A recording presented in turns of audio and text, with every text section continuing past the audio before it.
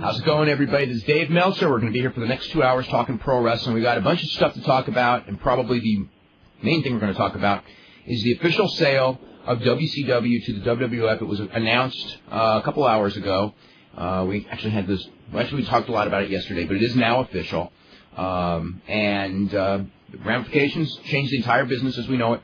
In about 15 minutes, there's actually a press conference that's going to be going on with Linda McMahon and Stuart Snyder of the World Wrestling Federation. And Alex Marvez is going to be listening in on that. So when that press conference is over, we'll have Alex Marvez on the show, and we'll hear a lot more about, we'll basically hear a lot more, or whatever they are willing to reveal. I have a lot of ideas as far as what's going to happen. And, you know, probably what we will be doing for the show today is spending most of the 2 hours taking questions, and I'll do my best to answer. When Alex is on, maybe he'll be able to help if they clarify more things in the press conference, and just discuss the entire future of the business. Brian, how are you today? I'm doing good. Hey, does that mean that we're never going to have another WCW guest ever? Yes, I think that's... Well, I do think that's... I mean, I don't want to make a joke. You never say never, but yeah, I think there's a good shot of that, actually. All right. We'll have to find out on that. But the Superstar Billy Graham was originally scheduled for today. We've moved him to, I believe, April the 27th, which is too bad. I was actually really looking forward to him because I actually just got another chapter of his book a couple of days ago, and it's a very fun book. But we'll talk about that in a month. We have more pressing issues. Brian, what's your thoughts on everything? I think the one thing that worried me the most was I was reading that they sent out the press release, and I'm looking at it, and they're talking about, you know, it's going to help the ratings and all this and that. And then they made the comment at the end about how we might see the beginning of interpromotional storylines or whatever as early as Monday. And I thought, well, that's holding it off and building it back up again. Well, we might. I don't know. I was under the impression that they were going to keep them separate, but there might be some cross-pollination, but I don't think they'd be doing like, say, you know, like interpromotional matches this soon. I mean, yeah, you don't know. Maybe just guys going back and forth, something like that. I mean, I wish more than anything that they would keep this thing separate and they would build it back up. They'd get it a TV show or whatever, and like a year down the road, it'll be doing really well, and Vince will just go, you know, why kill it? Possible. You know, I mean, when we talk about plans a year from now, I mean, the one thing you got to know about wrestling is that, I mean, plans for next week change based on business, crowd reaction, somebody waking up with a good mood or a bad mood. So anything when we talk about, well, you know, like say next year's WrestleMania, you'll have the Hulk, not Hulk Hogan, God forbid. Actually, the negotiations for Hulk Hogan and WWF seem to have fallen through. So let's just say the Bill Goldberg, Steve Austin main event at next year's WrestleMania. I mean, we could say that today, but between now and next year's WrestleMania, that match would probably change 15 times. I mean, you know, every year when it comes to WrestleMania main events, actually this year's probably the one where it didn't change. Yeah. I mean, because it was pretty much the plan all along. They did it. But in every other year, there's always plan changes. In fact, on Hunter's conference call today, he was asked about the main event, and he said, well, there was talk about putting me in there, and I turned it down. Well, he didn't quite say it that way. He said he didn't want it. I don't think he would have turned it down if it was offered, but he said that he was Hunter's. I heard most of Hunter's conference call, and he was very good. But what he was talking about was that he thought that Rock and Austin should have a chance to do a classic, and he wishes in hindsight that last year that him and Rock had that same chance. You know, he didn't want to knock the other two guys in the match, and just said, you know, it was the decision that was made at the time was to do the four-way for, you know, the reasons of the whole McMahon family deal. And they did it, but, you know, he wished that they would have... I think that since it was his first WrestleMania main event, I think he probably in his own mind wished he had a better match, because it was actually one of the... I guess it was really one of the weaker Helmsley main... That may have been the weakest Helmsley main event of the whole year, wasn't it? I can't... Was there anyone weaker than that WrestleMania? Because that was not a... Well, Vince and Hunter was before the year, so that'd probably take it. Which one? Vince and Hunter in December. That was before last... Yeah, that was December of the... That was out of the run. Yeah. Yeah. Well, with 31 minutes with Vince, or whatever it was, 29 minutes. Whoa. Let's see. So, what they bought is the videotape library. They bought the names and the trademarks. They, I believe, are picking up about 24 contracts. None of the contracts they're picking up are what would be called major players. They're all mid-carders. and they're going to have to renegotiate. I don't know how this is all going to go down. There's a lot of questions. There is the potential, because every one of the contracts they picked up has a 90-day cycle, which means that they can cut the guy in 90 days and then re-sign them. Now, by cutting them, they would make those guys a free agent, which theoretically, if somebody wanted to start up and had a ton of money behind them, and this is not going to happen, okay? I just want to make this clear right now. It is not going to happen, so don't get the speculation out. But if somebody wanted to, had a ton of money, they could actually, when those guys got cut, and the big name guys whose contracts they're not gonna honor, if they were to want to sign them, they probably could basically get this WCW crew. The problem is that, okay, then what do you do when you got them? You got no TV. And that's why it's not going to happen, because you would then have no TV. And plus, it's just, I don't see. I don't know. Plus, starting from complete scratch. I mean, no name or anything. Yeah, you'd be starting from complete scratch in a very tough time. Although, it's a very tough time, but that may not deter people. I talked to some people who, I don't know. There's a lot of money that can be made on pay-per-view in wrestling when it's done right, obviously. Okay? There's a lot of money that can be made internationally. When you got a hot company, there's money that can be made touring. But when you're cold in wrestling, there is a lot of money that you can lose. And yeah. The brand name is cold, but this is wrestling, and again, in 3 weeks you can turn around. Shane McMahon will probably end up being the guy who's running it, figurehead, and perhaps to an extent reality of WCW. And if they pump it up and they really want to make it go, and hey, they know they're wrestling, they know the wrestling business. They can, what can you say? They can do it. Maybe. I mean, nothing's a guarantee. So, in a sense, for the short term, this is the best thing for wrestling. It's not the best thing for wrestlers because there's no negotiation leverage anymore. And in the long term, you know what? It's probably not the best thing, but you don't really know. Yeah. It's a lot better than some alternatives. Like if somebody else had bought it and died in 6 months. But then again, I guess this whole thing might happen. No, but then the end result would be the same. Then the end result would be the same thing. Yeah. So it's that's a wash. I think the thing about wrestling is the fact that you can cycle guys in and out of a program. I think that no matter how cold something gets, it can be revitalized in wrestling. I mean, WWF, it wasn't ever as cold as WCW is right now, but there were times when it was just like a bunch of big guys and horrible gimmicks and, bad wrestling, but it sure as hell turned around. Well, it sort of sounds like that Battle Royal they're doing at WrestleMania. Yes. But, it can be done with a facelift. I mean, one of the things that they probably should do, and they probably will do, is start, keep the shows. I would keep the shows separate, but I would raid. Your theoretical raid, like Shane McMahon has just raided, say Hunter to WCW. Mm-hmm. And he's a WCW guy, and he switches TV shows, and that way you can revitalize the week television show. Yeah, don't start actually doing the matches yet, but start doing, what they were doing. No. But when the guy goes over there, he'll be doing it. But they're separate entities, and you still don't do any WWF versus WCW matches. Although, let's just throw out a name. In fact, take out Hunter. Let's just say Kurt Angle.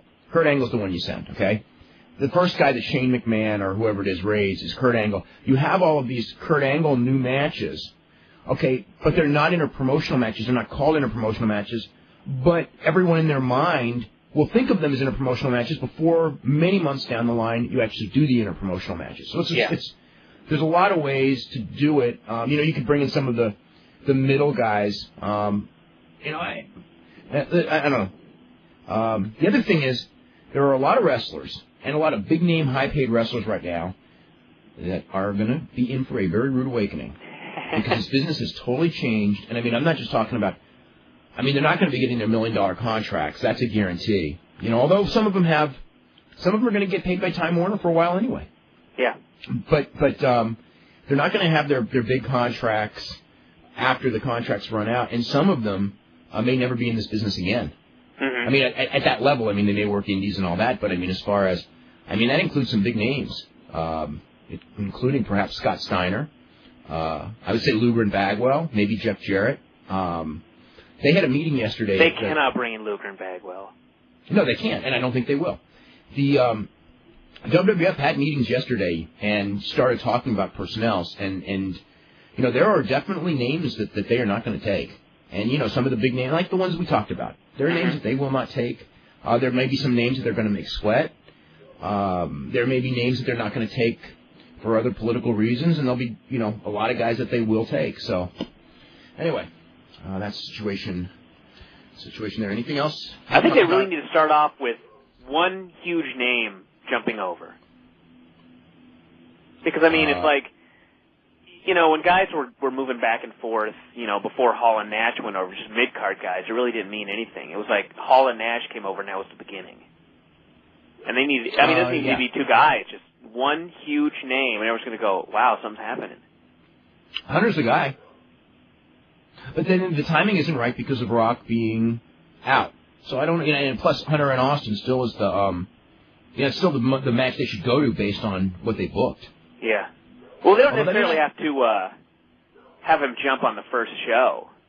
But, as soon as they start switching talent, the first guy is huge. The other thing is the first show probably is months away. Yeah. They're not starting. They're not going to be starting on. I don't think they're going to be starting on TNN, say, a week from Friday. And TNN, by the way, is probably where it's going to wind up. It's going to have to be on a Viacom station.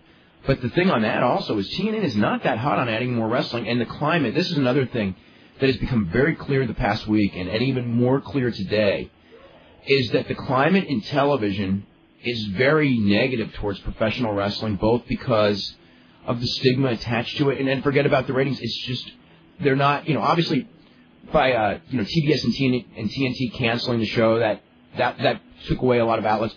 Obviously, the fact that the Fox thing didn't go through tells you what Fox thinks. And ECW tried, ECW is a perfect example. ECW had 6 months to try to negotiate something new, and ultimately they could not. Bischoff had some time, it wasn't a lot. He had about 3 days, but he couldn't do it. But they got turned down by everyone. Everyone got turned down by everyone. USA doesn't want it. E doesn't want it. Fox doesn't want it. Nobody wants it. Nobody wants wrestling, and except for and TNN. I don't know how hot they are for it because when it was talked about today, from what I gather, they're talking about like a late night slot, not a primetime slot, or perhaps a Friday night, which is not the greatest night, but. To me, the night of the week, if you got a great wrestling show and it's on Friday night, wrestling fans are going to watch it. Yeah. WCW Saturday night... Except for St. Patrick's Day. Yeah, I know. WCW Saturday night was on from 6 to 8 p.m. for 100 years and drew monster ratings for many of those years, for probably 27 years. And for a lot of that run, drew big ratings. It's actually the hottest rated show on cable, and it wasn't even in prime time. So it's if you got a good show, wrestling fans will find it. And if you got a bad show, and this goes for television in general, if you got a bad show or a show people don't want to watch, they're just not going to watch. Yeah. So, Another thing I was thinking about was, even if Eric Bischoff on Tuesday talked to Fox and they finally went, okay, you know what, we'll give you this slot. Doesn't mean that Vince couldn't have just come right in and just bought it right up from under him again. You bought the company by outbidding. Yeah. Oh, absolutely. But if he had that slot, any contract that Vince didn't pick up, those guys would be open for Bischoff, and if they didn't want to spend, if they didn't want to spend over $1 million for any piece of talent, that would mean all those $1 million guys, which are the key guys, Bischoff could still get, and use as a nucleus. Vince could, buy the contracts he wants of you know what I'm saying? Yeah. So if he had that time slot and they would have agreed, even if they didn't buy WCW, they could have been in the game, and they're not. Something. Yeah, they're not in the game, and I don't think there's any chance of them. I don't say no chance, because anything can open up at some point. Right now, it is not happening. Okay, 6 months down the road, 3 months down the road, who knows? If one of these stations says, we want to do, if Fox says we want to do wrestling, there are going to be big name wrestlers available, and to start from, there will be, because Vince will not take everyone. Unfortunately, the ones he won't take are going to be the problems and the overpaid guys and the guys that put WCW in the position it's in. But if Fox wants it, they can do it. But if they wanted it, they should have said yes this week. Because then they would have been a lot easier. Well, you could always look at it as maybe a year or two down the road when they start doing some interpromotional matches and things heat up. some networks can go, man, look at this. We need to get some wrestling. And then you go from there. If they create a boom with this, you're right. You're right, John, at that point. You're right. And also, if they keep the product clean, it's really important right now, I think, for wrestling in general, is to keep the product clean now, because anything negative is going to be jumped on. And one of the reasons why nobody wants to touch it is because the stigma of wrestling right now is so bad. And, Vince can get away with it because he's the number one rated show on cable, and because, TNN, they obviously they built their whole network around him, so he's going to be able to do what he wants. But it affects everyone trying to get in. And it will affect them because so many sponsors right now will not do wrestling even with the ratings it's doing.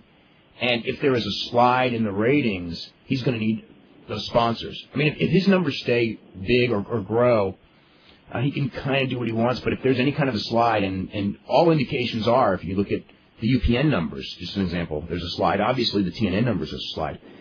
When you look at that, they really, it's one of those things where I think they need to keep the product clean, or whoever goes in. The thing is, if you go into another network and you say, okay, we're not going to be like them, we're going to keep the product clean, the network just thinks, but it's still wrestling, it's got that negative connotation. Yeah. So, and sponsors aren't jumping on the wrestling bandwagon, even with the numbers. And that was one of the things, obviously if they were, I don't think that, even with Jamie Kellner not liking wrestling, I think that was one of the keys right there, is that it does better than average ratings on TNT, but it doesn't necessarily make better than average money. But it doesn't make better than average money, exactly. And it's no longer cheap programming, which is part of the problem of the stakes being raised so high, is that to compete, you got to spend so much per episode. I mean, in the old days, wrestling was such cheap programming, it delivered big numbers, didn't get the advertising revenue it could have if it was another show, but it was so cheap to produce that stations used to make tons of money on local wrestling. Mm-hmm. So, but that's, that's changed a lot as well. Anything else? As far as that, I don't think so. Okay, let me look at some more notes that we've got here. I want to mention also that WrestleMania, we're going to be having the big special from midnight to 1 a.m., and it's going to be a 4-hour show, I guess. Not so much a post-game show. From what I understand, the post-game, whatever post-game is going to be in the 4 hours, will not be all that long. Let's see. This is how do you react? This is a poll question. How would you react to the news that WWF has purchased WCW? A, good for the fans, bad, and for the wrestlers. Good for everybody. B, it's good for the fans, bad for the wrestlers. C, bad for the fans and for the wrestlers. D, some short-term good but bad long-term. And E, bad short-term but good long-term. So I think I've covered every base. Let's see. Who would you rate as the person most responsible for the fall of WCW? Eric Bischoff, 26%. Hulk Hogan, 22%. Kevin Nash, 13%. Vince Russo, 26%. Actually, Vince Russo had a couple more votes than Eric Bischoff. So technically, Vince Russo did win. And Brad Siegel, 13%. So that's the deal there. Let me get these. This is actually from the press release. How about like a cruiserweight promotion? In a sense, what do you mean by that? I mean, if somebody if they had the money, that would be something that maybe could compete, because Vince probably will never do it. Have you seen the demo of Matt Rats? No, not yet. But I've wrestled some of the guys. Okay, Matt Rats it's really impressive. I mean, as far as I saw moves watching, I watched. I guess it would have been a pilot episode. I watched moves there that I'd never seen in my life. And some of them very well executed. I don't know how much they edited and stuff like that, edited out bad moves, because it really didn't come off as sloppy bad wrestling. It was sort of like you're going like, whoa. In fact, my reaction to it was very similar to the first time I saw Randy Savage and Bob Orton Jr. about 23 years ago, when they were like wrestling for that old ICW company. And they were doing all these moves, and I'm going like, no, wait a minute. These aren't big-name wrestlers. I watch all the big-name wrestlers. These are indie guys. 16, 17. What? No, they weren't 16 and 17. Bob Orton Jr. had wrestled. Oh, I was talking about the Matt Rats guys. Yeah, the Matt Rats guys are it looks like they range in age from 16 to 20, 15 to 20. No, well, Harry says 14. So 14 to 21? Mm-hmm. So, yeah, that age. It's not a wrestling that's going to appeal to a lot of people because the whole aim is at teenage girls, and that may be its downfall. Because I don't know if you can do pro wrestling, aim it directly for teenage girls, and be popular enough. But I tell you what, for high spots, I mean, it was very, very impressive, and from production values, it was very, very impressive. But it's very much catering to a very young market. I mean, you know, I just couldn't see an adult watch it for more than 5 minutes because it's so teen. You know, it's like watching Teen Beat or something. You know? Yeah. I think I got a whole question from yesterday that we never got to. Which is, what did you think of WCW Greed? Oh, this was bad news. Thumbs up 14%, down 5%, in the middle 11%, didn't see the show 70%.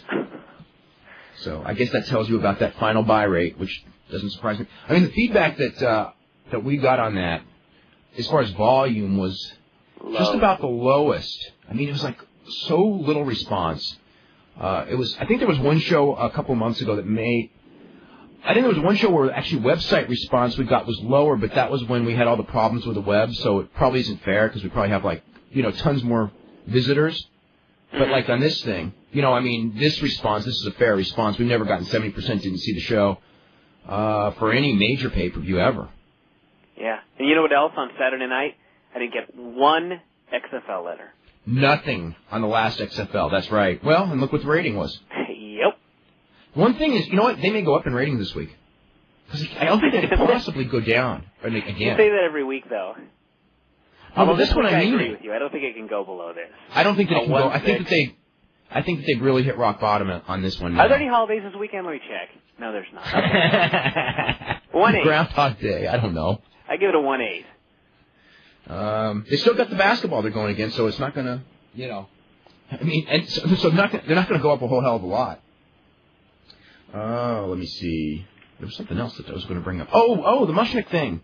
We listened to it after the show, and Phil Mushnick did not do very well.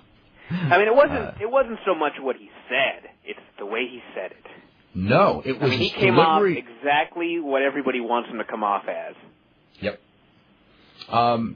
Actually, it was. You know what's funny about it was in 1 week, like in the McMahon thing. When Vince McMahon was on with Bob Costas. It really wasn't. I mean, there were things he said that you could go, okay, you know what I mean? Yeah. It's kind of, there were certain things. I mean, in this week's Observer, I kind of ran through all that. But nevertheless, if he was very calm and Bob Costas was very calm, and they were just discussing it, and they actually used the same words, and Vince didn't do the, don't get in my face, and you know what I mean, all that stuff. Vince would not have come off bad because in the XFL thing, which actually was, the XFL was the one where he. No, I shouldn't say that because they brought up that whole Trish Stratus thing was a real tough one. That was a tough one to defend under any circumstances. But anyway, the point of all this is that he would have come off all right. And if Phil Mushnick had brought up the same points that he brought up, but he was calm and everything, I don't think he would have come off that bad. And Vince McMahon was totally calm, and he had every right to be because all he had to do was keep his mouth shut. And the delivery of Phil Mushnick was just burying Phil Mushnick. I mean, if you listen, one thing. It's, for the public, it's not the points. That's one of the, I always like to say, okay, let's look at the points one by one. But for the general public, it's not the points. It's who's the calm one in the situation and who's the one who gets out of control. And, Phil Mushnick was out of control from the first second on that phone call, and he did himself a terrible disservice. Believe me, because, you're right. He came off like everybody wished he would. Yeah. And that's not good because it basically kills the points, whether they're good ones or bad ones. And anyway, we've been through that. Let's see. This is from anything else to get to before we start hitting emails? What about SmackDown? We could talk about SmackDown.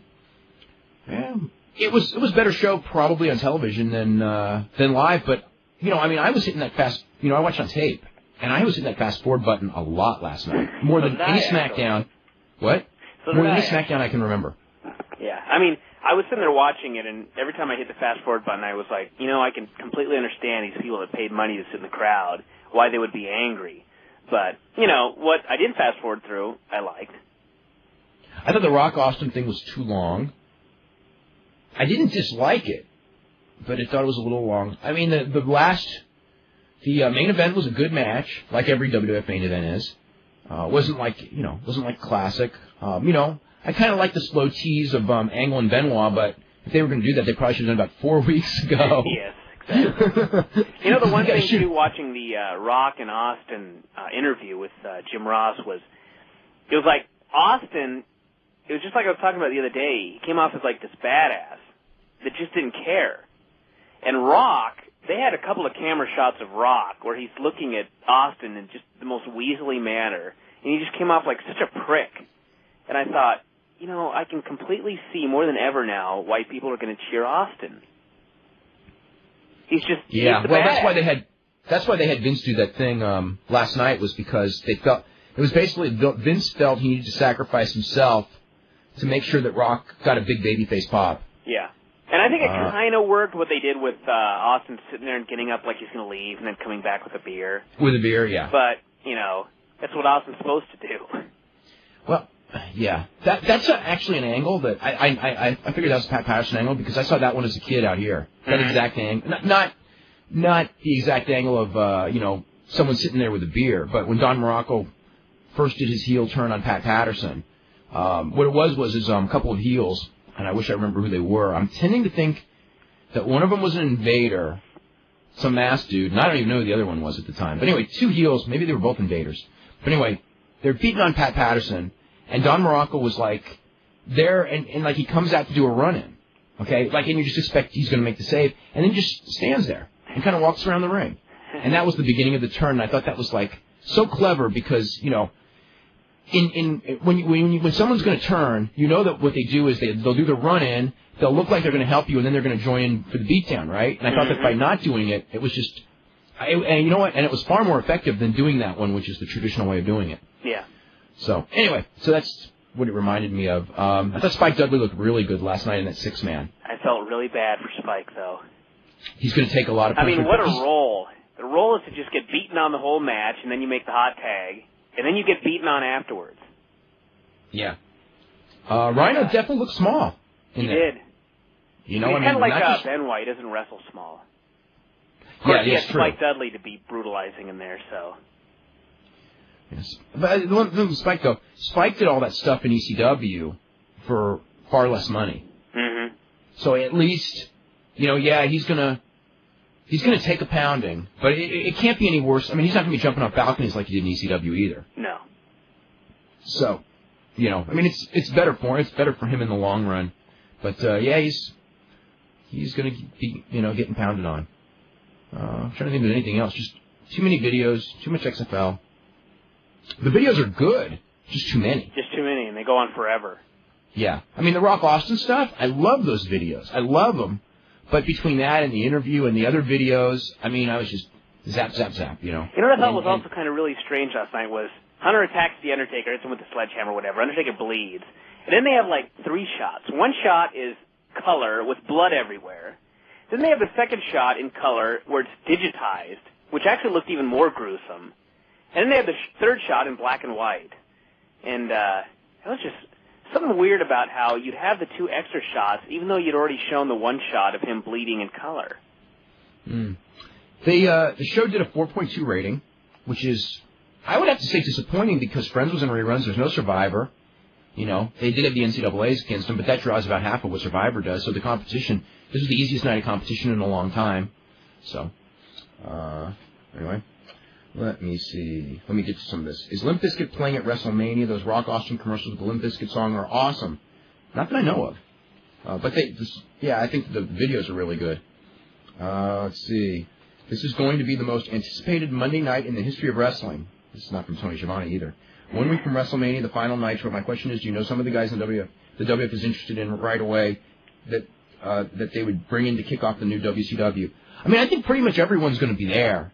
That was planned to be there. And I don't know, if Shane's going to go there or if someone from WWF will go there. I expect they'll have some influence on the show, though. So whatever plans there were for the show are probably all going to be changed. And as far as does anybody whose contract was picked up know that it's been picked up?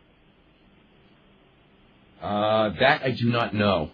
In fact, I would say they don't. I would think nobody knows because that's all stuff that was talked about yesterday. No one would have been contacted yet unless, until the sale was announced. Yeah. So, they'll probably start contacting people. I guess the first interaction would be Monday Mm-hmm. when they go down there, if they go down there. Because I have a short list that goes, here's the list I've heard about. I guess was the list of guys who they bring in or kick off. Booker T's contract was not picked up, but I am sure they will offer him a deal. Shane Helms' contract will be picked up, I'm almost sure. Again, these decisions have not been finalized internally even, but I would expect that just because I know he doesn't have a big deal. Chuck Palumbo, I cannot imagine them not taking Chuck Palumbo just because of the potential there. Sean O'Hare, same thing that I just said, and Chavo Guerrero Jr. I'm sure they'll take. So, anyway, and probably except for Booker T, I would guess that all of their contracts will be picked up. What about Rick Steiner? But not Rich Steiner. The thing with that also, though, is, the contracts are going to be picked up, that every contract, I'm told, that will be picked up will have a 90-day cycle, and every one of those will be cycled out, and then Jim Ross will have to renegotiate. Basically, everyone there is going to have their contract renegotiated. Either they're not going to be picked up at all, they'll be free agents today because they don't want to pay them, big money for short term, or the ones that have a certain guarantee, but it's not huge money, they will pay them that money and then cycle them out and then renegotiate them on the terms that the WWF wants. So basically, like we said before, if someone was out there, there's almost any piece of talent, if they wanted them bad enough and wanted to bid enough for them, and WWF will not get in a bidding war over anyone, you actually could get anyone and everyone if you really wanted it bad enough. But that's not, again, it's not going to happen. Well, if they've got 90 days, I don't even know when the next cycle ends, but, WWF a lot of times will be renegotiating before anything happens. So they could have everybody renegotiated and basically signed before that cycle even ends. No, but I'm saying if someone was out there and the word was they were out there willing to spend money, the guys in that thing during that 90-day period can just sit, let it run out, and then go. It's not like they're tied for life. I mean, if WWF signs them, of course, then they would be locked in. I'm just saying, if you wanted to, the theoretical opening is there. But again, I don't want to act like it's going to happen because it's not. Let's see. Do you think that Vampiro and Conan will be kept with the company? No. Let's see. I mean, it's a possibility, but I would guess on the negative side. Let's see. Jack Davis says, did Dustin Runnels leave the WWF on good terms? Not particularly, no. If so, now that the sale of WCW is final, do you think they'll bring the Goldust character back and maybe the angle of him being behind GTV? Hey, maybe he'll be in the Battle Royal on Sunday. Yeah. I would, I don't know what the decision-making process is. I would bet against it.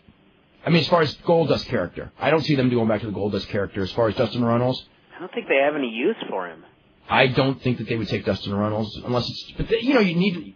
Well, they got enough guys. Because you need about 30, 35 guys just to have a TV show. But I don't know that you need him. And they always have their own guys they can bring up.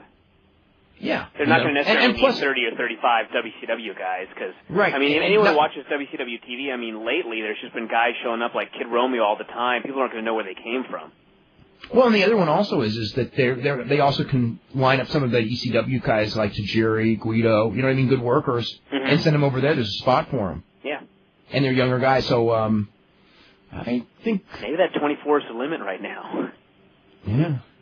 Let's see, if Steve Lombardi is Kimchi, who will be Doink at WrestleMania? Steve Kern, Matt Bourne. He'll get thrown out and do a run-in his other gimmick. Let's see. Dave, do you ever think WWF would own WCW? The last 6 months, sure. I knew it was a possibility, but, if you go back a year, no, never. Do you have any idea what talent WWF acquired in the WCW purchase?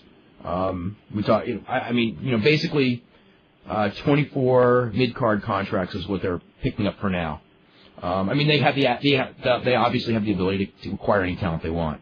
And with no real opposition, basically, they're, anyone they want, the odds are, the guys are going to have a choice of either not wrestling at all or wrestling under the WWF's terms. There's no leverage. It's like if you go in there and Vince McMahon offers, let's just say, Bill Goldberg, good example, $300,000 a year, which would be an insulting offer to Bill Goldberg.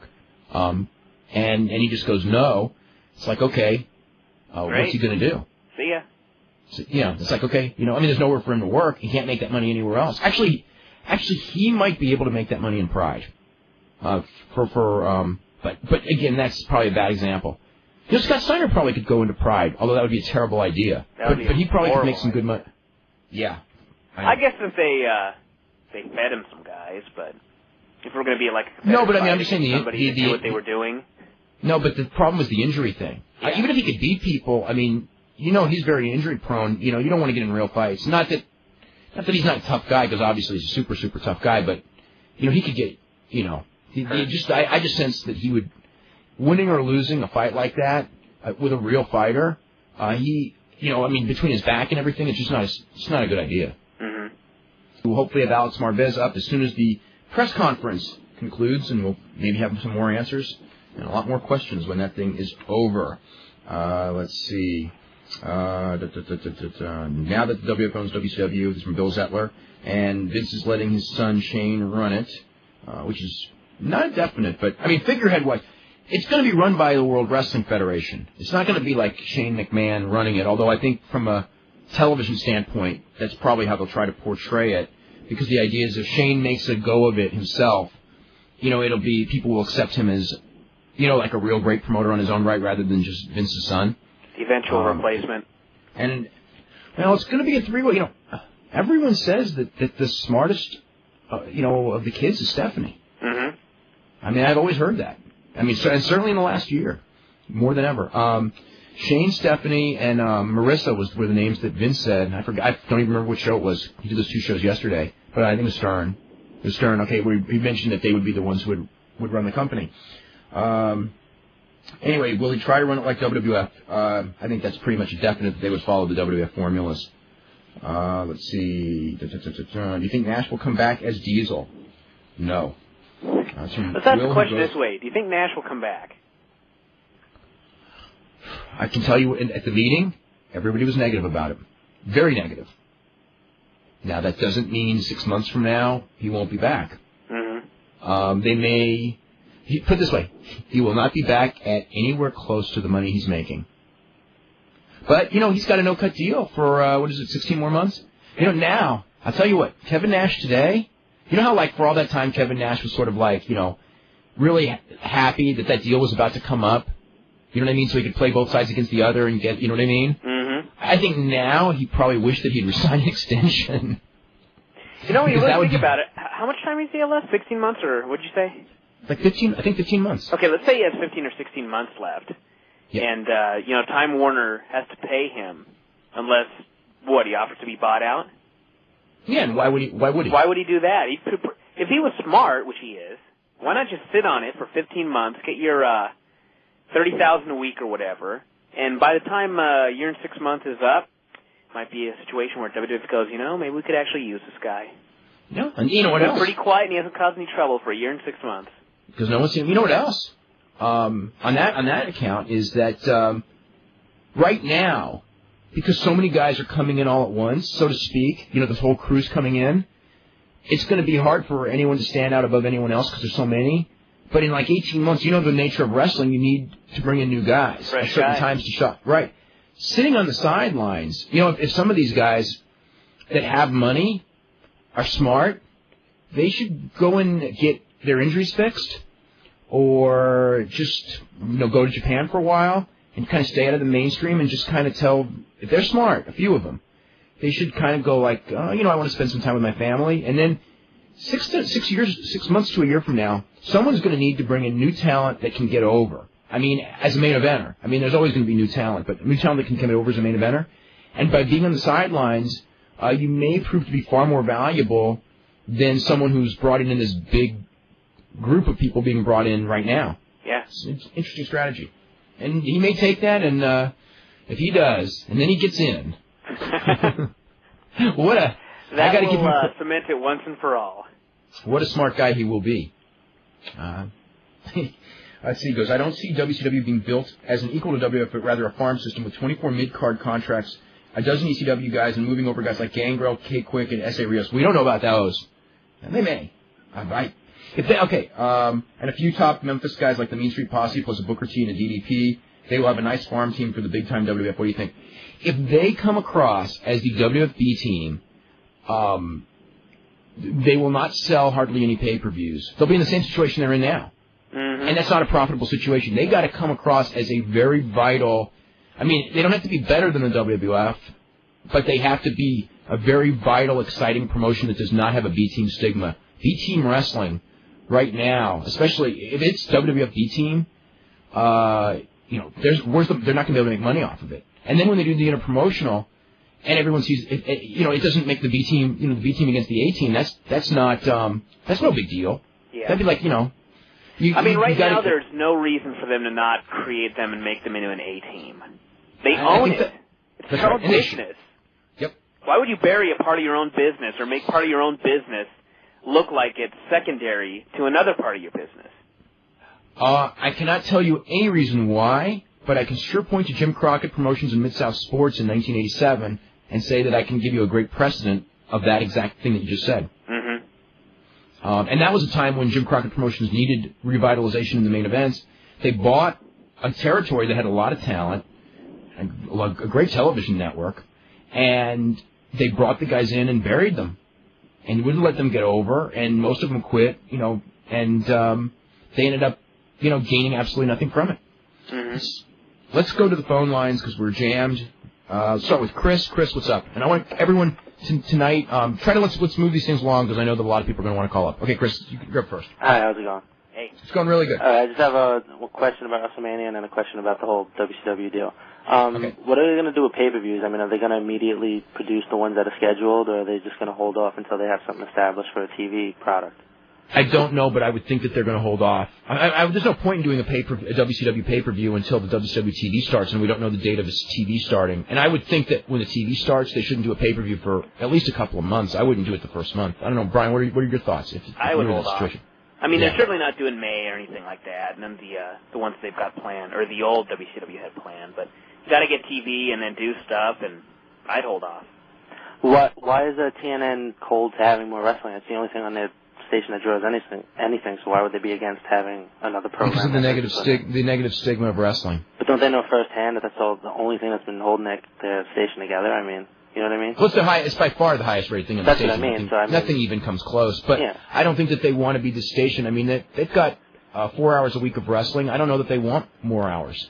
I mean, they just spent, what was it, $500 million or something, and that number could be way off. They spent a lot of money for the Star Trek rights and things like that, and that's, for better or for worse, that kind of programming is what these networks want to build around, and they want to build around original programming, and wrestling is one of those things where everyone knows it can draw ratings, but again, the television, I mean, we've seen it, the television community is totally cold on wrestling right now.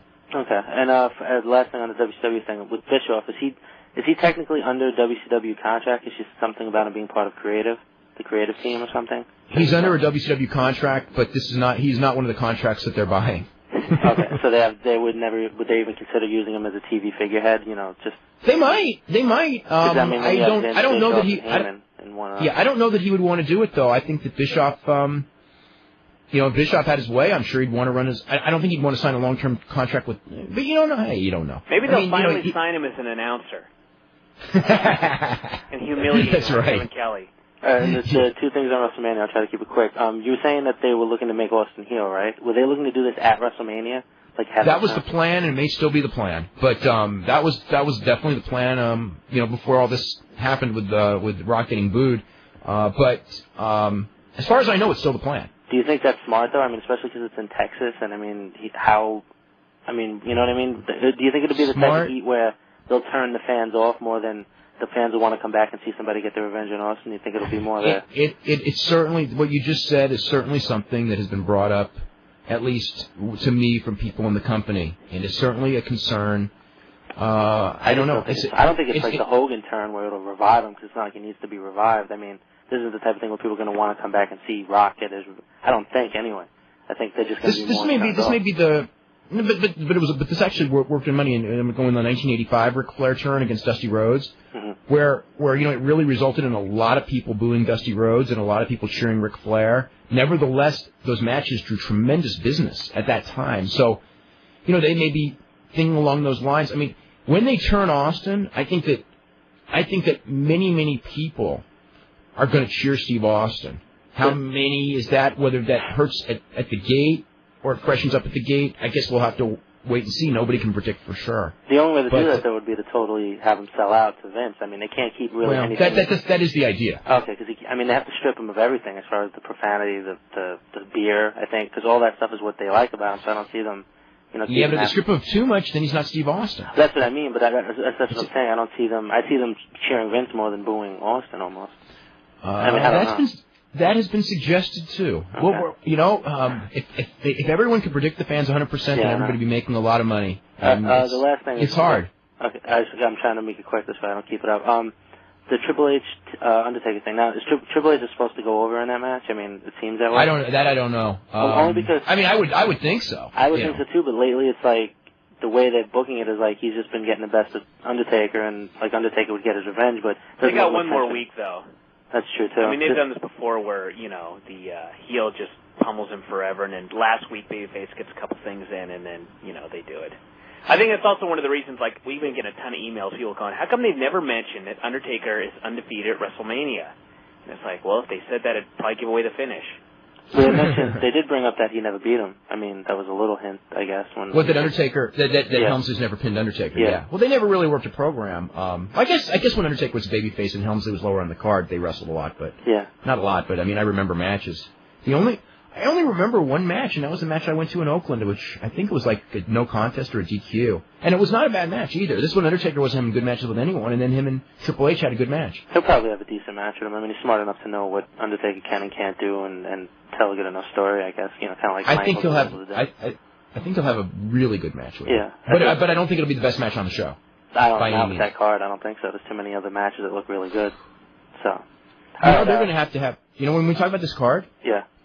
They're going to have, for this card not to be good, they're going to have, like, everybody have a bad day at the same time. I mean, if you think about it, okay, Rock and Austin are probably going to have a great match, okay? But even if they don't, okay, you still got Angle and Benoit, and I don't know how they won't have a great match at WrestleMania. I think that would probably be the best match. You got maybe a TLC, that would just be fine. Well, the one thing with the Angle-Benoit match is the crowd reaction in that, Benoit...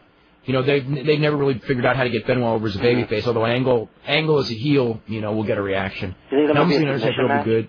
What? Do you think that might be a submission match since they kind of? It might be. It might be, yeah. Because they might go with that whole Austin Brett thing where maybe he throws Benoit on the ankle lock and he doesn't tap, but he passes out. Maybe they'll go with that kind of strategy and hope that works. It's not a bad idea. Yeah. That's a good idea. You think it's been enough years? Because that was like WrestleMania 4 years ago. Yeah. Yeah, well, it's probably not that, it wasn't that soon, and I think it might work. I mean, Angle's probably strong enough as a heel to get somebody over that way. I mean, I would assume so anyway. Yeah. And lastly, just popped in my head when I mentioned the TLC, is that going to be a six-man tag, three-way, or are they just going to keep it as the tag? Nine-man tag, yeah. I've certainly heard speculation. I think Jerry Lynn's at TV Monday, and the speculation would be that you throw Jerry Lynn in there with the Hardys. Okay. So, I guess we'll find out Monday, but, I mean, if not, it would be those other three people interfering freely. Right. If they make this, because I think they want it to be a tag team title, so I think that it'll end up being the tag teams, but that those guys will all be getting involved in taking bumps through tables, maybe. Yeah, well, Spike will be taking the bumps through the tables. I don't know about Rhino. Yeah. Putting people through the tables. Okay, thanks so much, Chris. Let's go to Sean in that. Oh, Alex is here. Okay, we're gonna go to Alex, and we'll probably keep Alex for a while. Alex, what's the news? Dave, how are you? I'm fine. Brian there? Yep, I'm here. You're there too. Hey, stop sending Rick Steiner after me, man. Jesus. Anyway, what's it called? So Linda McMahon held a conference call, and basically the deal is done. They have a binding contract. Everything will be finalized as of next week. I have a whole bunch of things to go over on it. One of the things they said is you can look already on Monday night. They're gonna do something, some sort of angle to on Raw or Nitro or both. I believe both. I'm pretty strong. Apparently the production teams on both sides are talking, so there will be something. My guess would be that Shane shows up on WCW as the new one. That is, what's really weird about this? Because they have that hour that goes head to head. Right.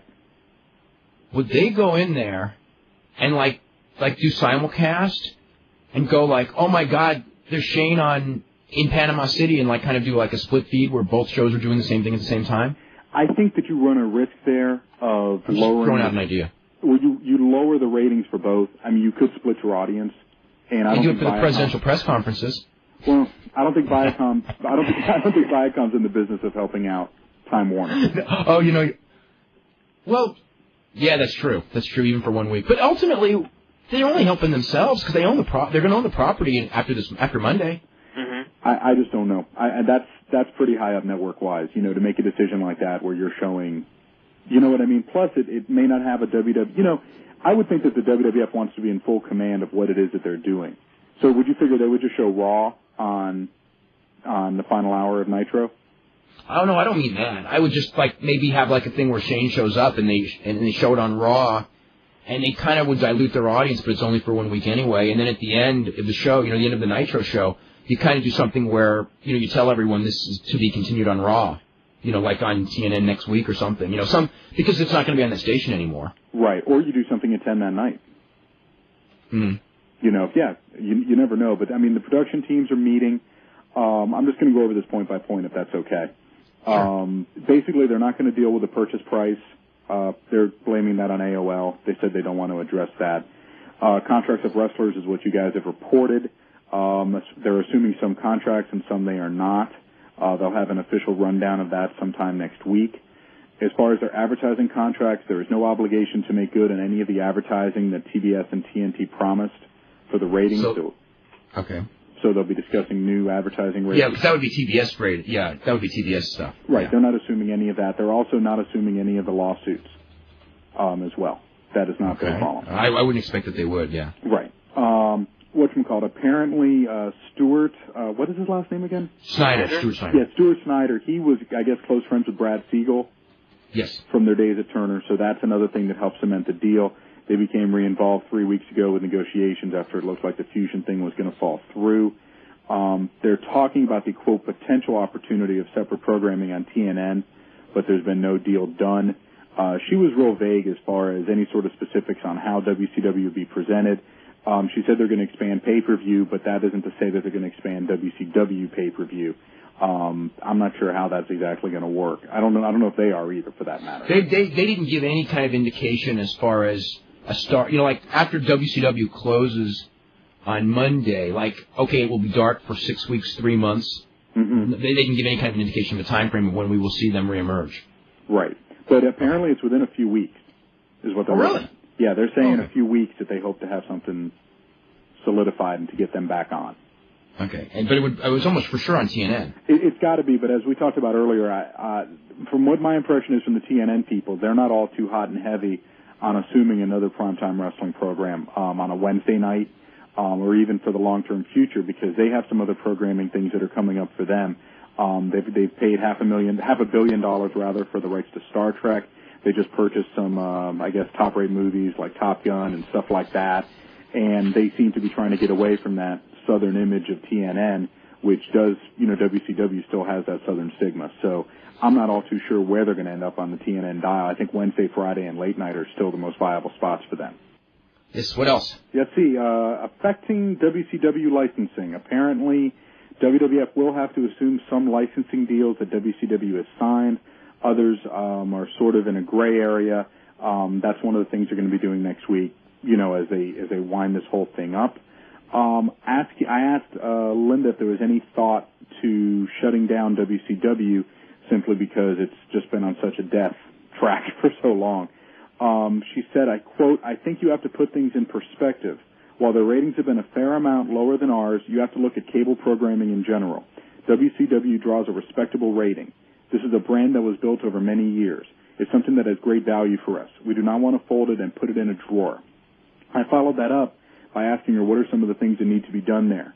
She said, quote, "I'm certainly going to leave that up to the creative folks at first to get their arms around the storylines and what the driving factors in their weekly episodic drama are going to be.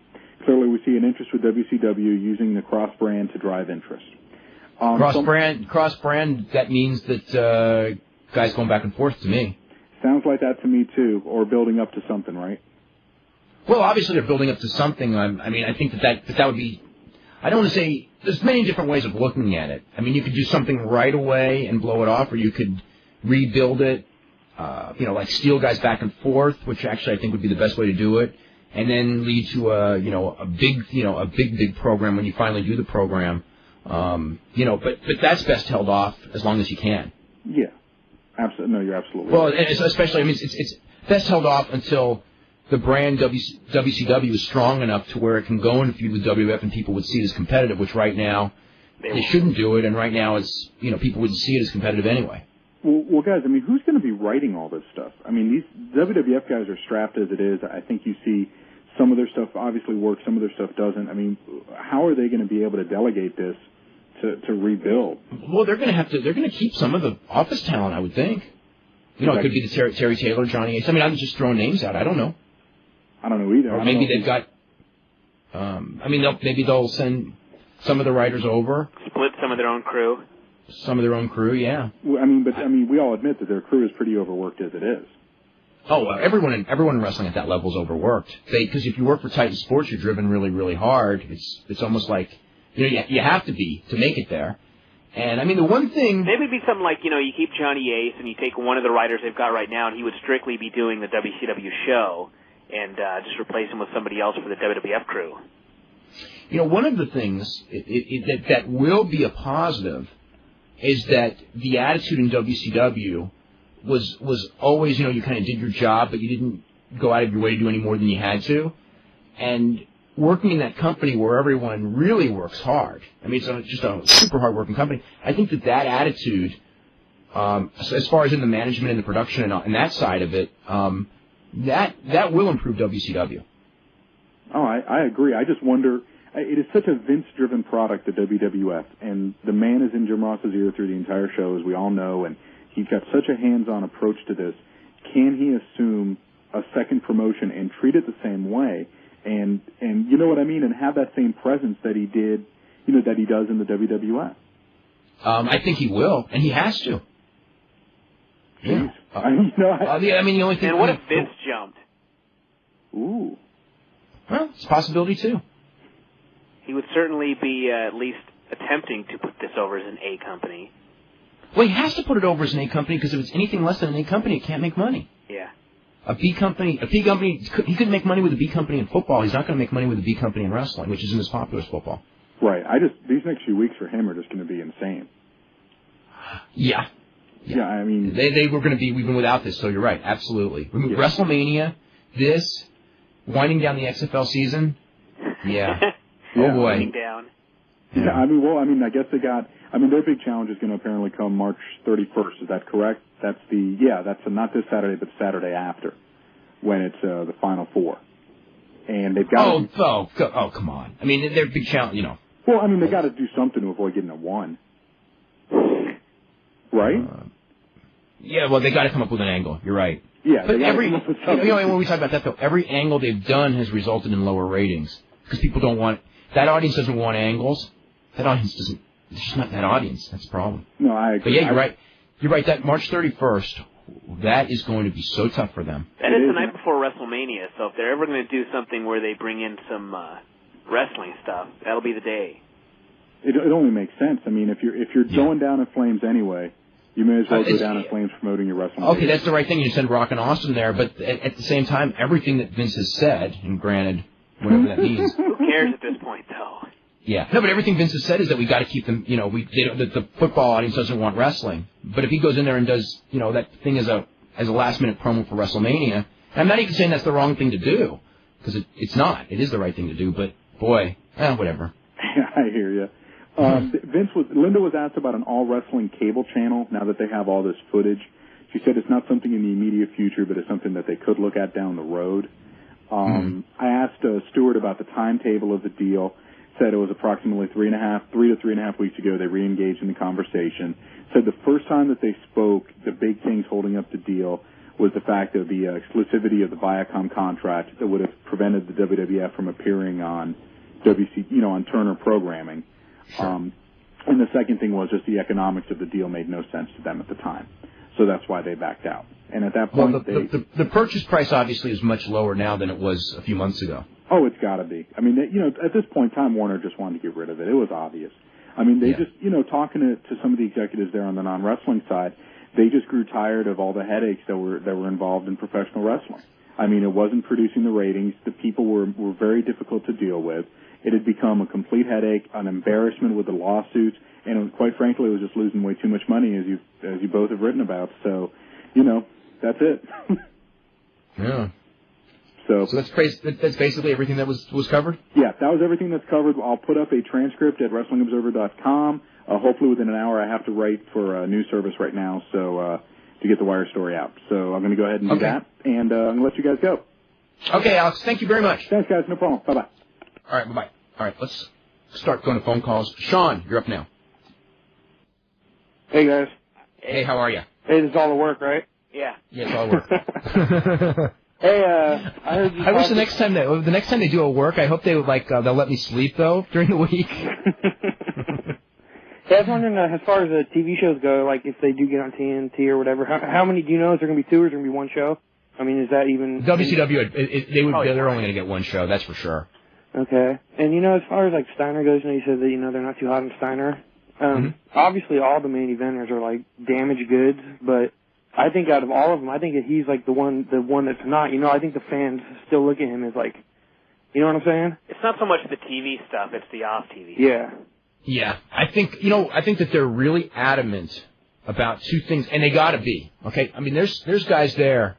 I mean, because I've talked to people in that company about this. We talk about, say, just as this is the name I'm throwing out is Liz O'Hare, because it's the name everybody knows. These a guy with potential, and I think that the feeling in WWF is that a guy like Sean O'Hare, because of who his role models have been in wrestling, as far as who the main eventers are in the company and what you learn from, has gotten a terrible upbringing as far as how you act as a wrestler in and out of the ring.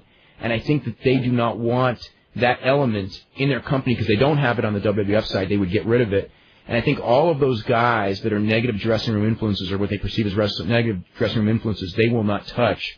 And it has nothing to do with whether they're marketable or not. Their feeling is they can make stars, and if they need to send someone over and cross over, they can. They need. If you don't want to, and I think that Scott Steiner more than once on live television went into business for himself, and it's the kind of a guy that they just don't want around because if he does it a 3rd time, great, they can fire him, but they don't want it on their TV. What does this do for Rob Van Dam?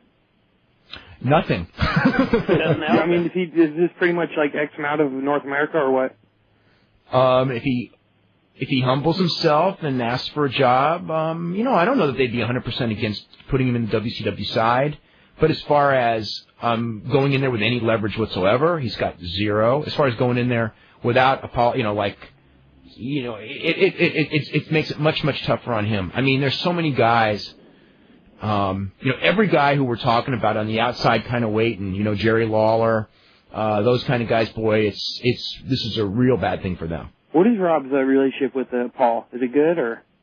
Personally, with Paul, it's very good. Okay, yeah. And what about like Sheldon Benjamin and all those guys? I mean, are we going to see them on television now or? Hopefully not, because they're not ready. And I think WWF's smart enough to know not to rush those guys onto national television. Wait until they're ready. And I mean, it probably gives more spots for a guy like that. They could start him in a WCW as opposed to a WWF if need be, when he's ready. I think that probably Scott Vick and some of those guys may wind up on that WCW side because they've been Scott Vick, Steve Bradley. They've been wanting to bring him in. It's just that WWF roster's been all full. So, those guys may have an opportunity to get on that side. I'm just speculating. I don't know any of this. No one's said anything to me about that much. Hey, what do you think about at WrestleMania, the Vince Shane, whoever, some stipulation, loser has to leave WWF? Loser gets the other company would not work. All right, guys. Well, hey, Brian. Yeah. Last week's Figure 4, quality. The part about Benoit when he missed the spot.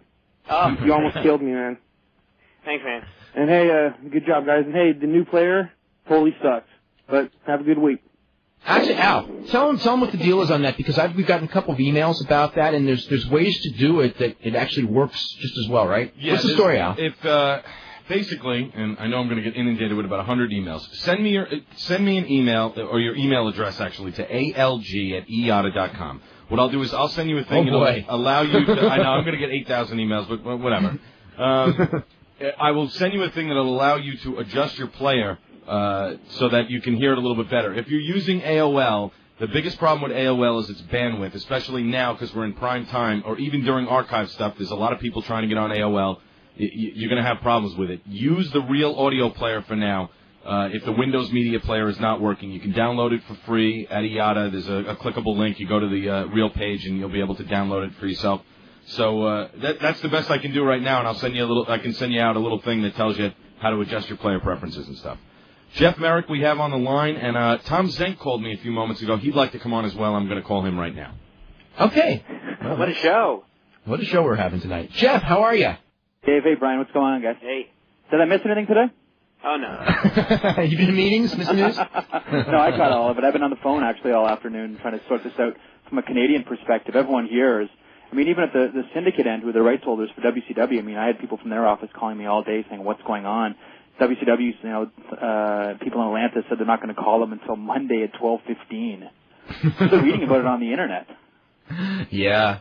Well, that's typical WCW, and all, I mean, I don't know if you talked to WCW. I know I have not talked to any WCW wrestlers today, but I did yesterday talk to a few.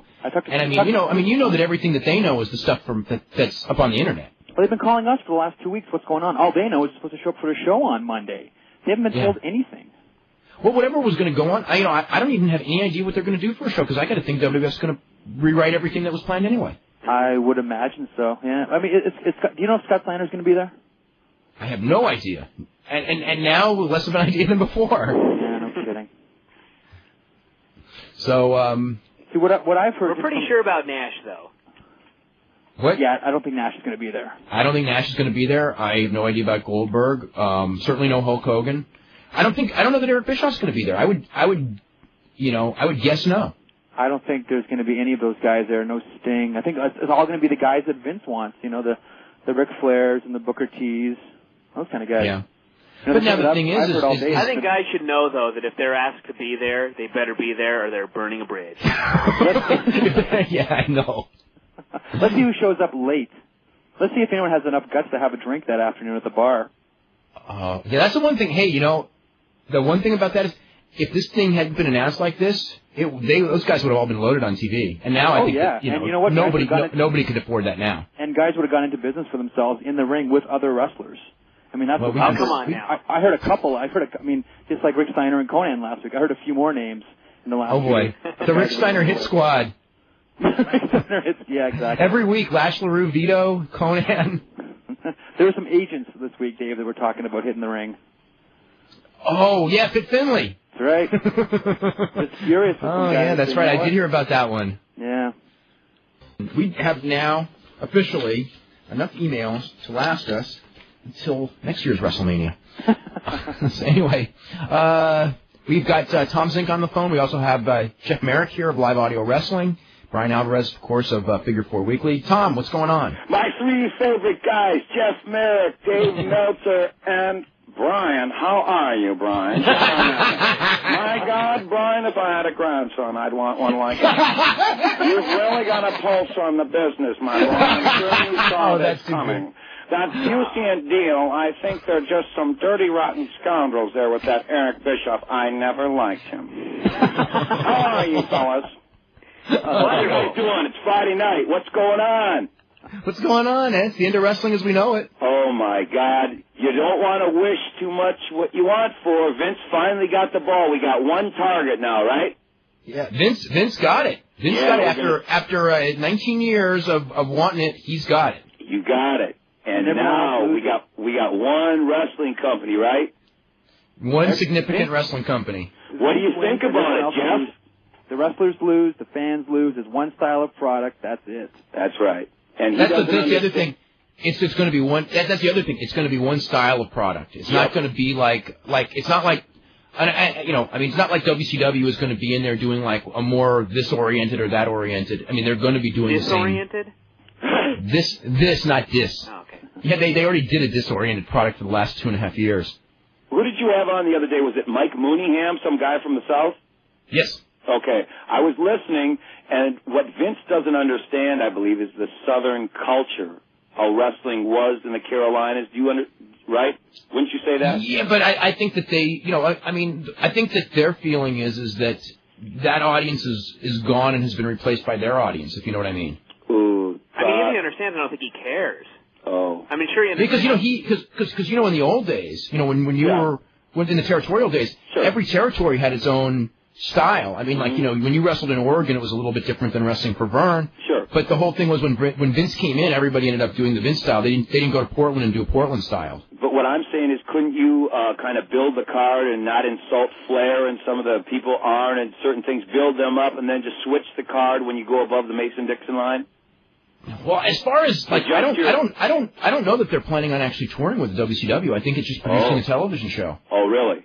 And pay-per-views. How long of a plan do you think they have for the plan? Being that they just started formulating everything really yesterday, I think that everything's pretty vague. And as far as like long term, they got that idea that they're going to keep it separate for a year, then do the interpromotional. But a year could be 3 months, and a year could be 5 years. I mean, it's like the marketplace is going to determine how this really turns out. We'll see how the numbers that WWF turn in after WrestleMania. I mean, if the WWF starts to dip, even lower on television, the temptation to do the interpromotional right away is going to be pretty strong. Sure. Yeah. I think they'll just try and have guys switch back and forth first, see what that does, before actually going all out and doing a pay-per-view with, WWF guys versus WCW guys. Plus, I think a lot's going to depend on how they open on TNN with whatever time slot the WCW show gets. Because if they go in with, say, the WCW show, and they open with, let's say, a 1-7, or they open with a 3-0, I think the mentality will be altogether different. You know what I mean? Yeah. Depending on, because if they open it at 1-7, they'll panic right away. If they open it at 3-0, they'll go, we got some leeway. We can do everything really slow, and we got it under control. Wouldn't it be pretty clever, though, to have Vince, I think you said it, Dave, to have him go on WCW TV show up in Panama City, and, he could name Nash and, Scott Hall that walked out on him, or Payback. I mean, couldn't he be like the dark side of Vince McMahon, or be that rotten character that everyone likes to hate? I mean, he's a natural at it. Oh, he's the best. Well, exactly. So put the devil in the suit. So put him on TV. And it's payback for the WCW guys that left him. Because everyone, Hogan, all those guys trashed him when they worked for, Deep Pockets Ted Turner. So they could really be ribbing on the square, so to speak, and really have some fun with it and run for 2 years. But is that going to draw you money, though? I mean, at the end of the day, it just has to make business sense. Well, I know it too, but it can satisfy Vince's ego to go out there and blast all those guys. I mean, just not going to draw anything. For shock value. And then couldn't you blend it with the South, the different stars, and work interpromotional angles, kind of, and tweak it, so to speak? You know what I'm saying? I'm sure eventually that's where it's going to end up. Because they could really have a good run with this now. Does this whole thing just scream Shane McMahon to you guys? Like, this whole thing is all about grooming Shane? Ooh. McMahon spot. This whole good thing point. says Shane McMahon to me. Ooh. Well, the thing, for over a year, I mean, there was talk at various times of them buying ECW when ECW actually meant something, or buying UFC when UFC meant something, and give it to Shane. Because, the whole idea is I think that they wanted to give Shane a company to run and to turn around, so people respect Shane as something other than, we said this before, something other than just the son of Vince McMahon. Yeah. And then when the day comes for him to run WWF, he's got this track record of being successful in other businesses, rather than just Vince gave it to his kid, and what's his kid ever done other than been there with his dad, but done nothing on his own. So I think maybe that's Shane take out a big loan and tell him he couldn't miss a payment. You sick. Oh, my God, Brian. Oh, Sabu, my boy. That was cute. Oh, God. Yeah. Well, yeah, but, I mean, look what we've seen at other wrestlers' sons, okay? The daddies had big boots to fill, and they couldn't measure up, right? Yeah, exactly. That's why he probably kind of needs to do something on his own. I think we're talking about respect. The kid needs to get respect and, make his own Yeah, because, way. like, with a lot of the wrestlers, that were, like, the sons of a promoter. Yeah. The only way they ever got respect in the business is by leaving their home territory and actually becoming stars where their dad didn't give them the break. If they always stayed in their home territory, even if they were stars because their dad made them stars, they never had that same respect. That's right. They've got to cut Shane McMahon's umbilical cord here. Absolutely. I think this whole thing is all about is cutting the umbilical cord for Shane McMahon. Yeah. Make it on your own, kid. Sink or swim. Yep. And the best way to do is throw them in off the deep end into the sharks, and there's sharks down there. Yeah, but they can't let it fail either, though. Yeah, they can't. They fail. Huh? Yeah, they can't let him fail. No. No, they won't. No, they have their own policemen, don't they? I mean, respect. I mean, they went out of control in WCW. But that was there from a long time ago. I think they just had deep pockets and they took advantage. Certain people manipulated and didn't do the right thing with certain guys. You know what I mean? Yeah, well, everybody was trying to protect their spots because they were all making more money than they'd ever made in their lives. That's right. And they just wanted it to go on forever. And in wrestling, the problem is that nothing is forever. No. And as soon as guys start manipulating things to be forever, staleness comes in and all downhill. Well, it doesn't take long. Yeah, that's true. What do you think? What do you think? What do you think this is all going to become now? I mean, how many guys? What about the young guys in WCW? I think they're all gonna. I think the young guys that work hard. Yeah. I think they're all going to get a chance. Because the young some guys of the smaller ones, it's going to be tough because they don't really like smaller guys. But if they're in a group with a whole bunch of smaller guys, they'll be okay. Well, you're right. They got 24 contracts and there's 22 little guys. They'll be fine. But you got to figure out the mentality. Are they willing to take that mentality that we'll make this, kind of like the smaller guys promotion? But if they're all smaller guys, people won't think of it as a smaller guys promotion. Kind of like the whole thing of Rhino. Everybody thought of Rhino as a big guy, and now all of a sudden it's like, whoa. You know what I mean? It's if you had Rhino in that other side, he could be a big monster at whatever it is, 5'11", but kind of thick. Yeah. Or even shorter. I don't know what he really. What is he really, Jeff? I think he's 5. I think he's 5'10". Okay. Well, how tall is Christian? 6. I think he's 6 even. So yeah. Really? Because I didn't think he was that tall. I guess because Adam Copeland's deceptively tall because of all those big guys in WWF. You don't really realize it. Yeah. It's interesting you mentioned those two guys.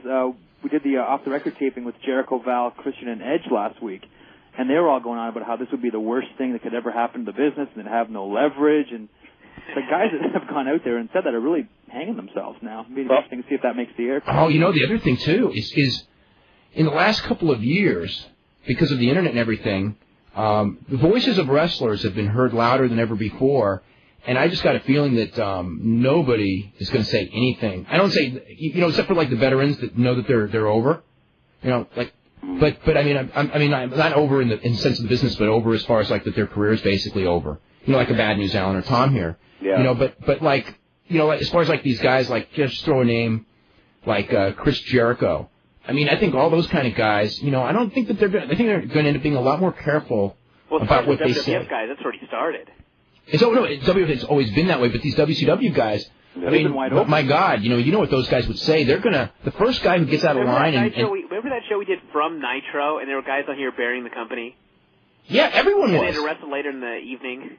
Everyone came on one after the other burying the company. I was stunned. I mean, they were more. I mean, I didn't expect guys to be that honest. I mean, so. I mean, there's being honest and there's being stupid, and we'd have the same thing on our show. Guys from WCW every week, week in, week out, coming and just crabbing about everything. And we all know the politics in the World Wrestling Federation were at least similar, if not the same. But I mean, they all had, the Vince speak going, and it all towed the company line. It's not as honest and doesn't make for as compelling radio and isn't really as interesting, but it's a lot better for business. Well, it's a lot better for their business. For their business, that's what I mean. Yeah, because you've got to survive in that WWF thing, and every wrestler is under their thumb now. I mean, it's not.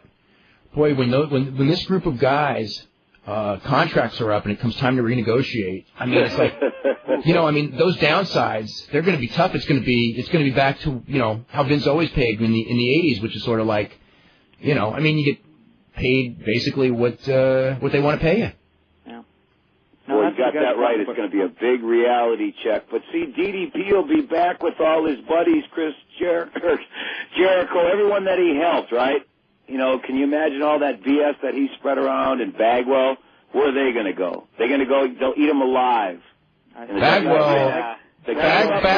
Bagwell did not make a lot of good moves in the last 8 days. Talk about 2 weeks. Shane McMahon was all over Buff Bagwell. He wanted Buff Bagwell. He's got charisma. He's got the look. He can do it. But I'll tell you, in the last 3 to 4 months, his stock has just dropped like high-tech stocks last year. Really? Well, Bagwell. I mean, Bagwell's when his when this contract was going to be up on March 1st. Yeah. I mean, he went. I mean, he sent feelers out to WWF. Hey, you can get me. Well, and they were cold. Yeah. They didn't want him.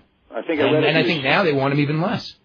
Exactly. They'll make an example out of it. It's a different game up there. But I saw it in '87, and then Flair went there, Dusty. You're right. You just tore the mark there. You can't get to Vince. It's a totally different game. What about the guys, though, that sent out the feelers and, flirted with the WWF, but then ultimately chose WCW because they couldn't, resist that kind of money at the DDP? They pay the price. There. What happens to those guys now? Nothing. I think it all depends. It depends on who they are.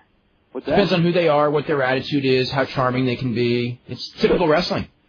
There are going to be guys. There are going to be a lot of big name guys that they don't take. I mean, and not just like Lugers and stuff. And it's going to be very interesting to see what happens to those guys. I mean, I'm sure somebody will be sitting on the sidelines and try to start something up, but the TV situation, and that's the one thing that people don't realize, the TV situation is incredibly difficult right now compared to even what it would have been a year ago. Mm-hmm. That whole wrestling stigma, it's a killer, and Heyman saw it and Bischoff saw it both when they tried to get something going. I mean, they couldn't get nothing. Yeah, I mean the feeling, the general sentiment around the TV community is that the fad is over, and Vince is the only one that's going to be moderately successful in TV's eyes. It's like the Pokemon of 2 years ago. Mm. Yeah, talking to TV executives. That's what it looks like to them.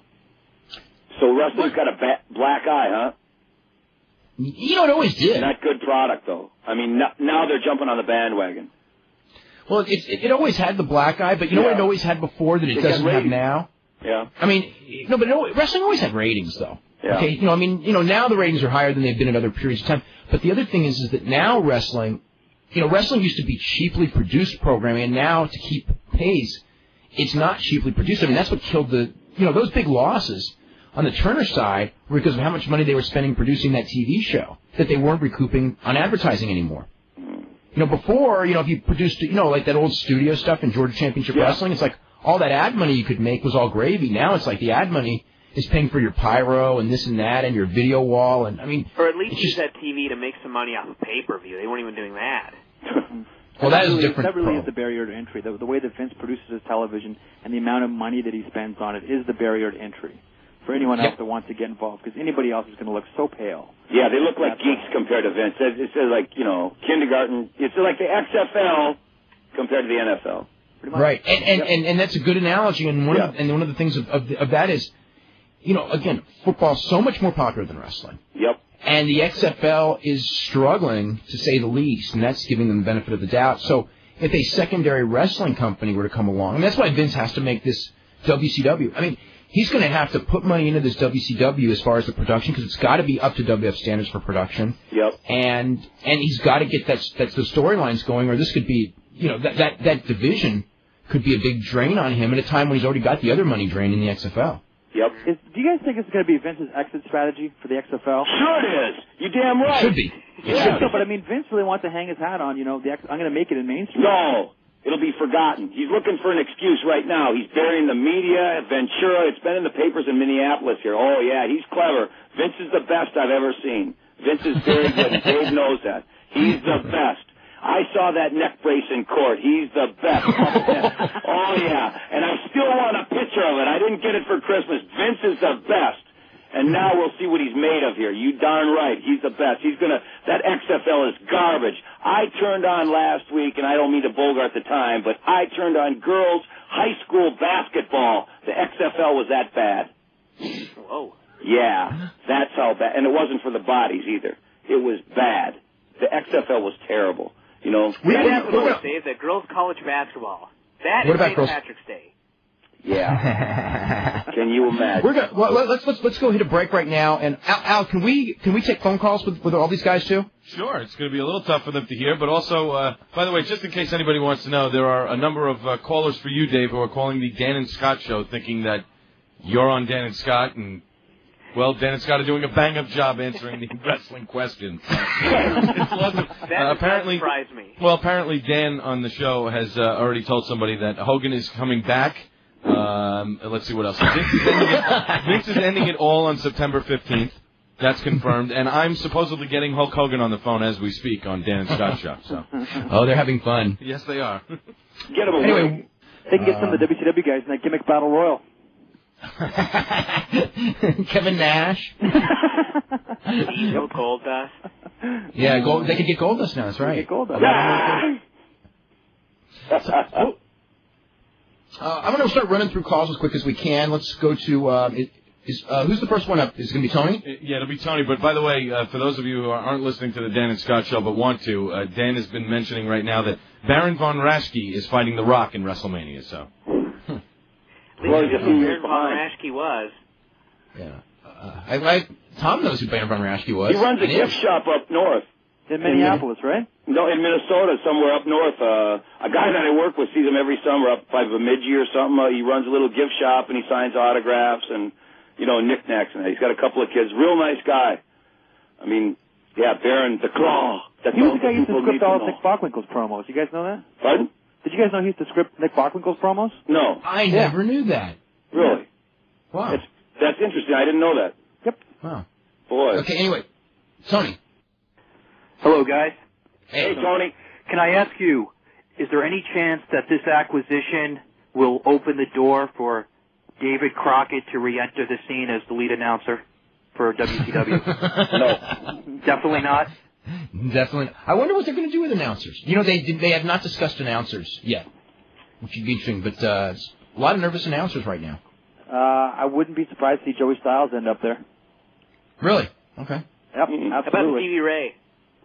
No Stevie Not Ray. good. Not a Or good they have chance. to renegotiate his contract. The guy who played Oklahoma, will he be picked up? Ed Ferrara will. Well, I would think no. But you don't know. They need writers. What? Both those guys, Russo and Ferrara, left with tons of heat. Yeah, well, Russo's in a lot. Because Russo opened his mouth and did all his interviews like immediately afterwards and throughout his whole tenure, and Ferrara just sat back and wrote his TV. Guilt by association. Except for the Jim Ross deal. That was not a smart move, now was it? Oh, that Oklahoma character. Boy, oh boy, you're right. Can't they just turn the cheek? They could. They don't have to. It's wrestling. Nothing means nothing, right? It's entertainment. But those people take it seriously. JR made comments in his reports. I don't think he liked it.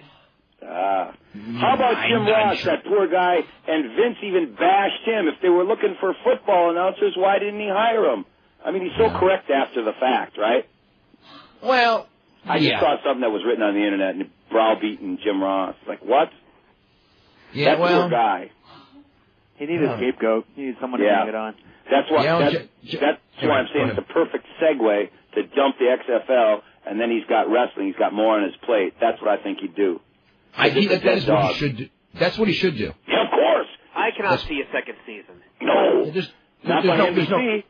Right? There's no point. They're not going to be any. There's no point, and it's a great way to get out and just say, "Look, I got so much on my plate." And you know what? And he does. Yep. It's not like if he tries to run all three companies. I mean, why would he want to torture himself like that? He's got all that money. He's killing his own child. I know he says he loves work, but comes a point where when you never sleep and all you do is work, even if you like your work, it's not really. It stops being fun.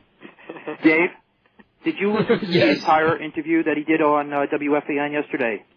I didn't listen to the entire interview. I listened to segments of it. I listened to the Mushnick thing, which was... Right. Yeah. Because if you listen to that, they're definitely going to be back. And he said, with or without... I know he was talking like they were definitely going to be back. They're having expansion meetings now. With or without NBC. Yeah, but what if Vince had his fingers crossed? That works in his world. It's like Elizabeth and Macho Man. No, they're not. They're characters. What? It's a human cartoon, so he's got different set of rules. You know? Well, the thing is, though, is that everything that he's going to do, I mean, he can't go in there and say, we're debating shutting it down after this season. I mean, it's like any company. To the bitter end, you say that everything's great. That's right. Look, wrestlers haven't been told in FCW, this thing's over. No one's been called. I got one storyline for this new merger. What is it? Mm-hmm. And I think Tom just mentioned Macho Man and Elizabeth. And you guys have always said that everything that happens has happened in the past. So I'd like to see, it's a reenactment partially of one of my favorite storylines growing up, and that was with Ric Flair and the Macho Man. Ric Flair comes out, and we find out that he had an affair with Stephanie McMahon Helmsley. This starts the feud with Triple H. That's great. Yeah, Hunter's going to go for that. But then we find out... He might, though. He might for Rick. Rick is his hero. You got to remember, childhood heroes mean something. Yep. But we then find out he also, years ago, had one with Linda. This is and then we take it a step further, and we find out that Shane is really Ric Flair's son and not Vince's son. How so about you've got all these built-in feuds. Flair's daughter. Oh. Flair's daughter, that there you go. was Russo's idea, right? Oh. That's right, because they went at it. Stacy Keibler was going to be Flair's daughter, yeah. I like it. That was Russo's idea. Was it? Yeah, Stacy Keibler. When the reason that the whole thing was that Rick would end up being Rick was going to end up being Stacy's father. God, I'm losing my mind. Yeah. Because of an affair that he had in Baltimore, because Stacy really was from Baltimore, and Rick, was a big partier in Baltimore way back 21 years ago. Yes. And then the idea was that that Russo would have been the father of Stacy's baby. How about just two guys that want the heavyweight title? That's so passé, though. Yeah, they need a little sickness for WWE. That Twisted, you had it the first time. Yeah, they need that sickness in there. I think. Okay, let's run to Hector. Hector, what's up? Hector. Hello. Hector's not. Man, Vince and Shane in WrestleMania while they're fighting each other. We missed the first half. Huh? We missed what you said. Start over. Oh no. What do you think of Rick and David Flair laughing at Vince and Shane while they're fighting each other in WrestleMania, just sitting?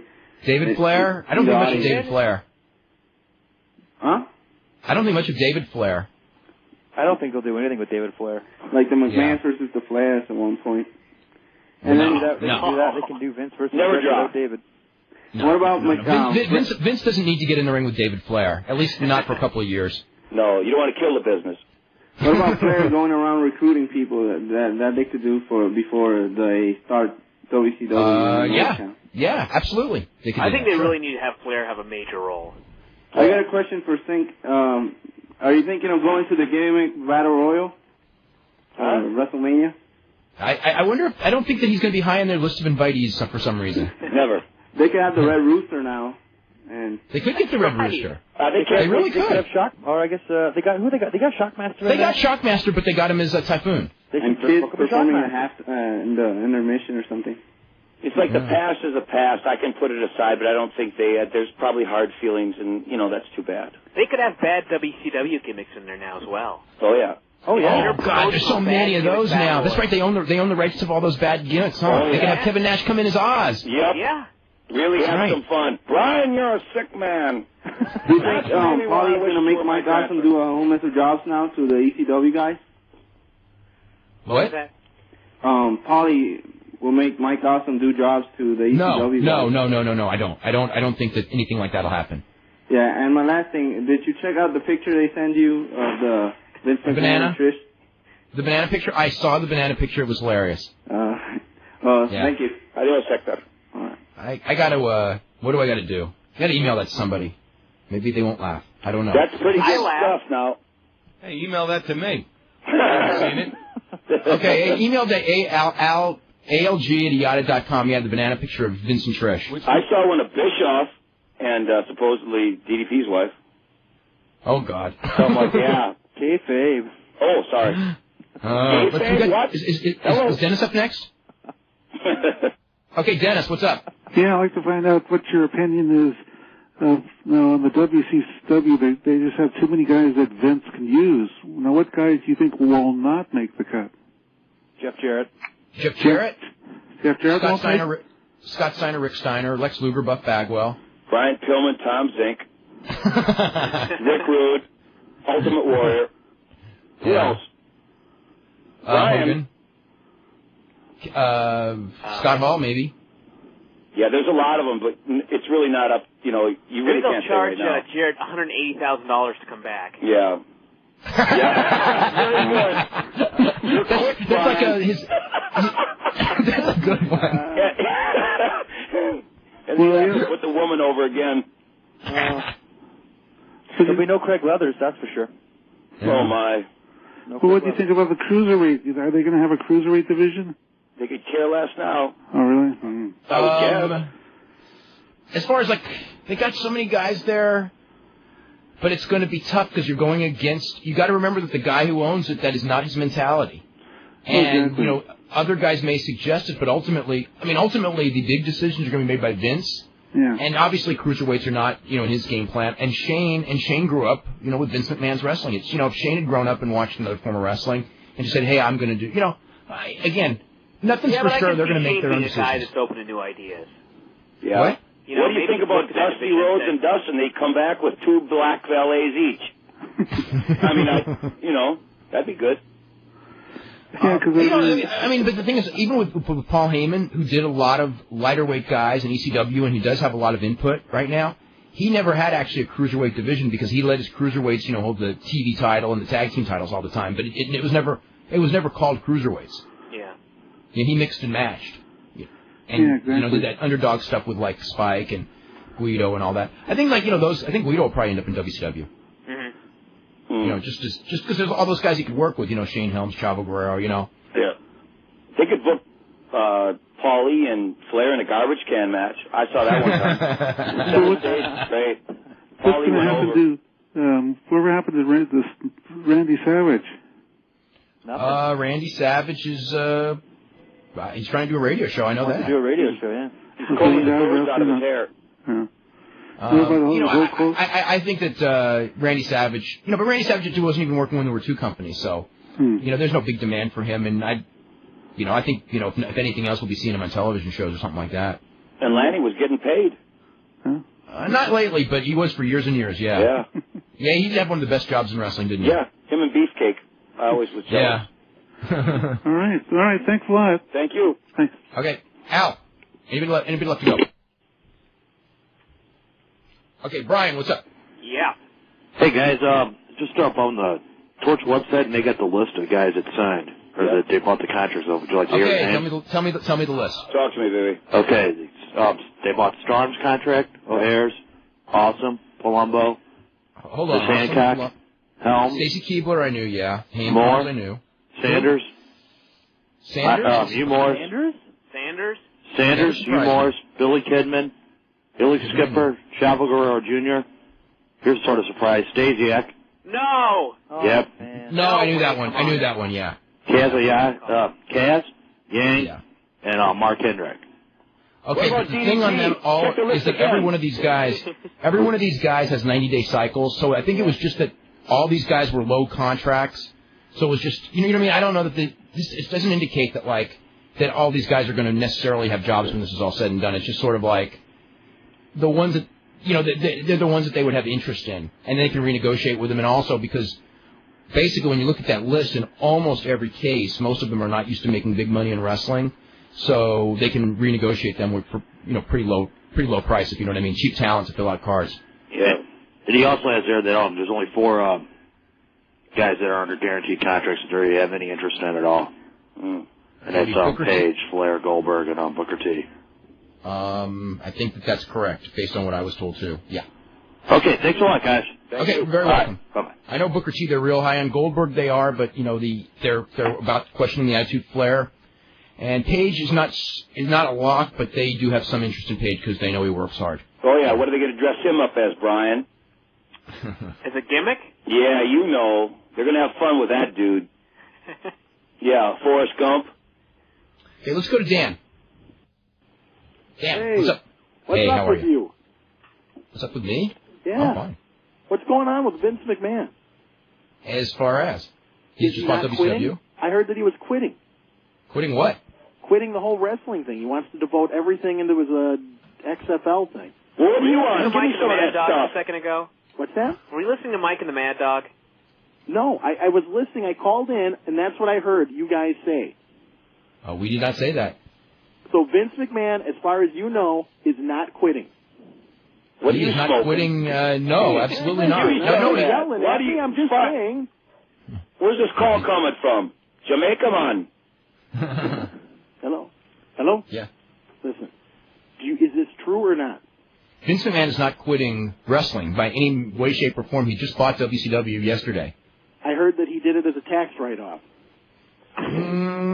He's got an XFL. I don't think he needs tax write-offs. Very Shit, good. piss, fuck, cunt, cocksucker, motherfucker, and tits.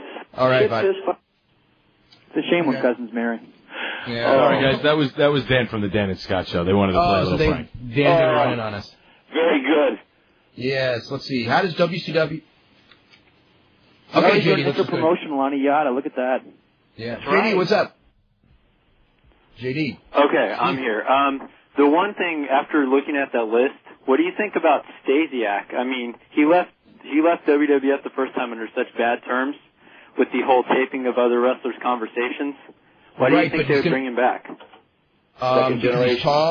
Because he's tall and he has a good body, and it's the same reason why Luger had a job for the last 15 years. And then one other thing, I know there's probably not time to touch on this, but what do you think about the possibility of the whole belt situation with maybe unifying some of the titles? Not now. At some point, sure, but not now. Not till a year from now. They gotta make those WCW titles mean something right now. I mean, they are really just props. They don't. Yeah, and those cruiserweight tag titles are ugly. Those are about the ugliest belts I've seen in a while. Okay, I want to make mention of something real quick. As far as like some of the names. One of the key names I just noticed not on the list, which I guess I wasn't supposed to talk about, but I knew last night, is Mysterio. So you can all draw into that conclusion about smaller guys right there.